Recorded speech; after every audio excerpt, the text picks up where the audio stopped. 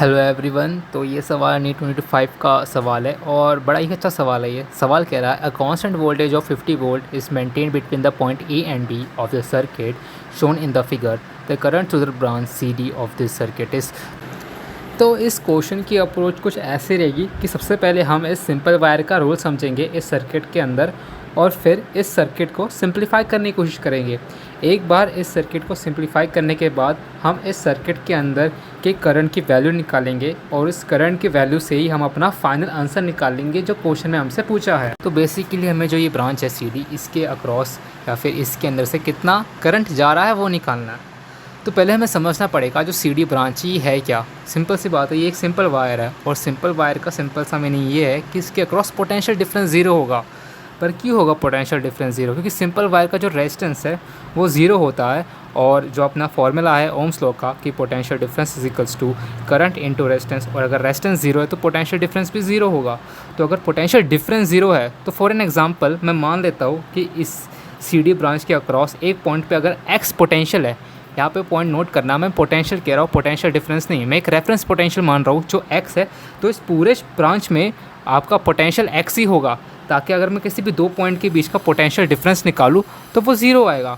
I hope आपको समझ आ गया हो, क्योंकि ये पॉइंट बहुत ज़्यादा इंपॉर्टेंट था।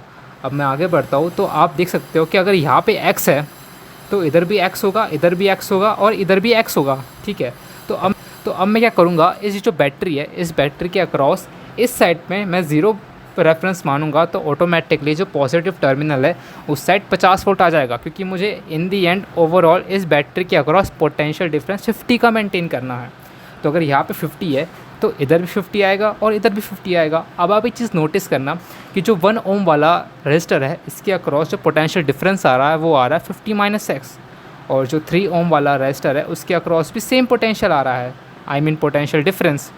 तो किसी भी दो रेजिस्टर्स के अक्रॉस पोटेंशियल डिफरेंस सेम हो तो यानी ये दोनों रेजिस्टर्स पैरेलल में हैं, सेम विथ 2 ओम और 4 ओम वाला रेजिस्टर। तो यानी अगर मैं इस सर्किट को रीअरेंज करूँ तो नया सर्किट हमारा ऐसे बन जाएगा और वैल्यूज़ आएगी आपकी 3/4 और 4/3।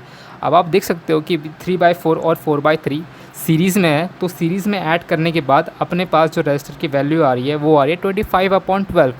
अब यहाँ से मैं करंट की वैल्यू निकालूंगा by the formula of potential difference upon resistor, जिसका आंसर आएगा 24 एम्पियर। उसके बाद हम क्या करेंगे कि हमने सर्किट पहले बनाया था उस पर ज़रा वापस जाते हैं और करंट आपका 3/4 वाले रेजिस्टर पे जाएगा। तो यहाँ पे जो पोटेंशियल डिफरेंस आएगा वो आएगा 18 वोल्ट का। तो अगर यहाँ पे 18 वोल्ट आ रहा है तो आपका जो दूसरा वाला रेजिस्टेंस है उसके अक्रॉस तो 32 वोल्ट का पोटेंशियल डिफरेंस आएगा, क्योंकि इन दी एंड मुझे 18 वोल्ट और 32 वोल्ट प्लस करके 50 वोल्ट आना चाहिए। ठीक है, अब यहाँ से मैं क्या करूँगा, अब मैं जाऊँगा अपने पहले वाले जो अपना ओरिजिनल सर्किट है वहाँ पे जाएंगे। अब यहाँ से हम क्या करेंगे, हम करंट निकालेंगे सिंपली। तो 1 ओम वाले के अक्रॉस 18 वोल्ट है और 3 वाले के अक्रॉस भी 18 वोल्ट है।